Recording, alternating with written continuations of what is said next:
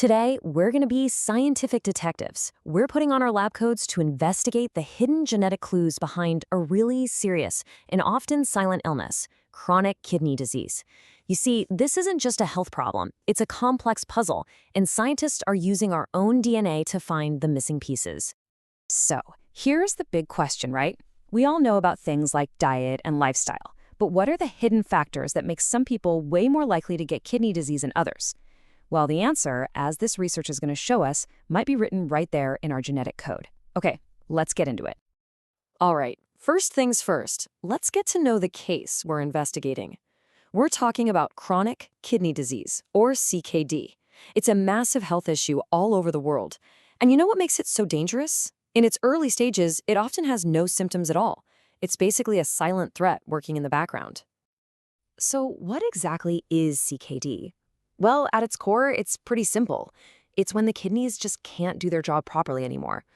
Think of your kidneys as this super sophisticated filtration system for your body. When that system starts to fail, the consequences can be pretty severe. And it's so critical because of what happens when that system breaks down. CKD messes with a bunch of vital functions. For one, the kidneys can't remove waste from the blood, which means toxins can build up. It also interferes with controlling your blood pressure. And get this, it can even reduce the production of a hormone that's essential for making red blood cells. Since things like your environment don't tell the whole story, researchers started looking at genetics. They put together a lineup of genetic suspects.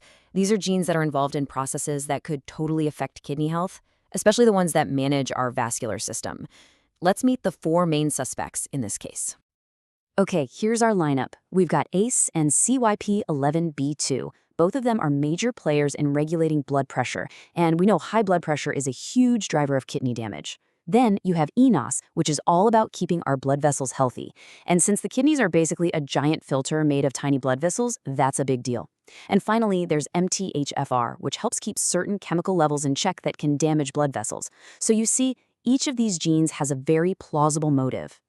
So to figure out which of these suspects were actually guilty, scientists set up a very specific study. They focused their investigation on one community, the Jammu region of North India, to see if they could spot a genetic link in that specific population. The setup was a classic case control study, which is a really clever way to do this. They brought in two groups, 250 patients who already had chronic kidney disease, and then, for comparison, 250 healthy people from the very same region. This way, they could make a direct comparison of their genetic makeup.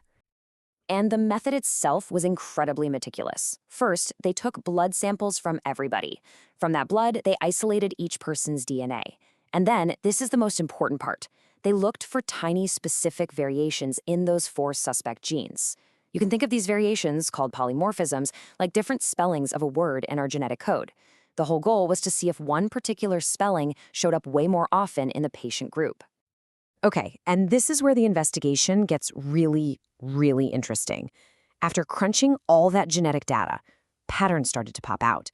The evidence began to point fingers. But it also cleared one of the suspects completely. Let's see what they found. So the first finding was actually nothing. A bit of a plot twist. The analysis of the ACE gene, a prime suspect because of its role in blood pressure, showed no real link to CKD in this population. So, for this case, the ACE gene was off the hook. But then, they hit on their first huge piece of evidence. And this one was big. It came from the MTHFR gene, which, if you remember, helps keep potentially harmful compounds in our body under control. A specific variation here showed a super powerful link to the disease. How powerful? Well, the data showed an odds ratio of 5.98. What does that mean? It means the odds of having CKD were nearly 6 times higher for people carrying this specific genetic variation. In the world of genetics, that is a massive finding. For this investigation, that was pretty much the smoking gun. But the detectives weren't done yet. They uncovered another important clue, and this time it came from the eNOS gene, the one that helps keep our blood vessels healthy. It turns out a variation in this gene was also way more common in the patient group.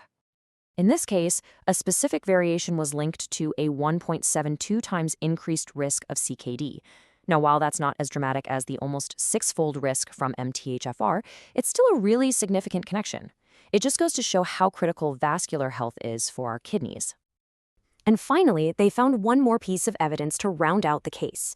The third and final genetic suspect to be implicated was the CYP11B2 gene. And if you recall, that's another one involved in that all-important blood pressure pathway. A specific variation here was linked to a 1.33 times increased risk. And while it's the smallest of the three, this finding just adds another layer to the story. It suggests that even a small genetic nudge towards higher blood pressure can contribute to someone's long-term risk. You know, when you lay all the evidence out like this, one thing just jumps right out at you. The MTHFR gene variation is a huge risk factor, just towering over the others. Then you have eNOS and CYP11B2, which are definitely significant, but more modest contributors. This really shows us that not all genetic risks are created equal. So, the evidence is in, the suspects are identified. What's the final verdict here? And maybe more importantly, what do all these clues mean for the future of how we prevent and treat kidney disease? Let's break down the final takeaway. You know, the researchers themselves put it pretty clearly. Their conclusion is direct. Based on their investigation, specific variations in these three genes, CYP11B2, eNOS, and MTHFR, significantly increase the risk of chronic kidney disease, specifically in the North Indian population they studied. Case closed, at least for this particular group. So you might be asking, why does focusing on just one population matter so much? Well, that's actually a huge part of the story, because as it turns out, findings from these kinds of studies can be totally different across various ethnic and geographic backgrounds. A genetic risk that's a big deal in one community might not be in another. It really highlights why we need diverse, population-specific research to understand disease risk for everyone. And all of this leaves us with a really big, forward-looking question. This study is just one piece of a giant puzzle. As we keep uncovering these incredibly detailed genetic clues for diseases like CKD, we get closer and closer to a future of personalized medicine. A future where we might be able to predict your risk and create prevention plans based on your unique genetic blueprint. So the question is, how do you think that's going to change the future of healthcare for you and for your family?